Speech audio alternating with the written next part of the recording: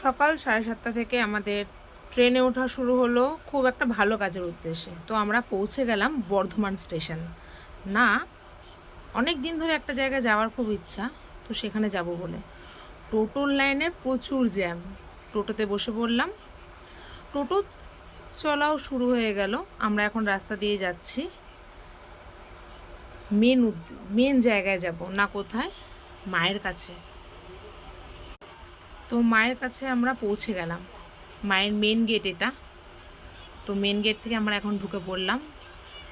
দেখুন বন্ধুরা, যে কত ভিড় হয় মায়ের কাছে, শত শত ভক্ত পুজো দিতে আসে না মায়ের কাছে, মায়ের আশায় যে মা আমাদের সবার মনস্কামনা পূর্ণ করবে। এই সেই কৃষ্ণকলি মা, যার কাছে যাব বলে আমরা অনেক দিন ধরে অপেক্ষা করছি। মা এতটাই ভালো যে মা আমাদের সবার কথা শোনে। আর কৃষ্ণকলি মায়ের তো কোনো তুলনাই নেই, একটু অহংকার নেই, মানুষের সঙ্গে খুব সুন্দর হেসে খেলে কথা বলে।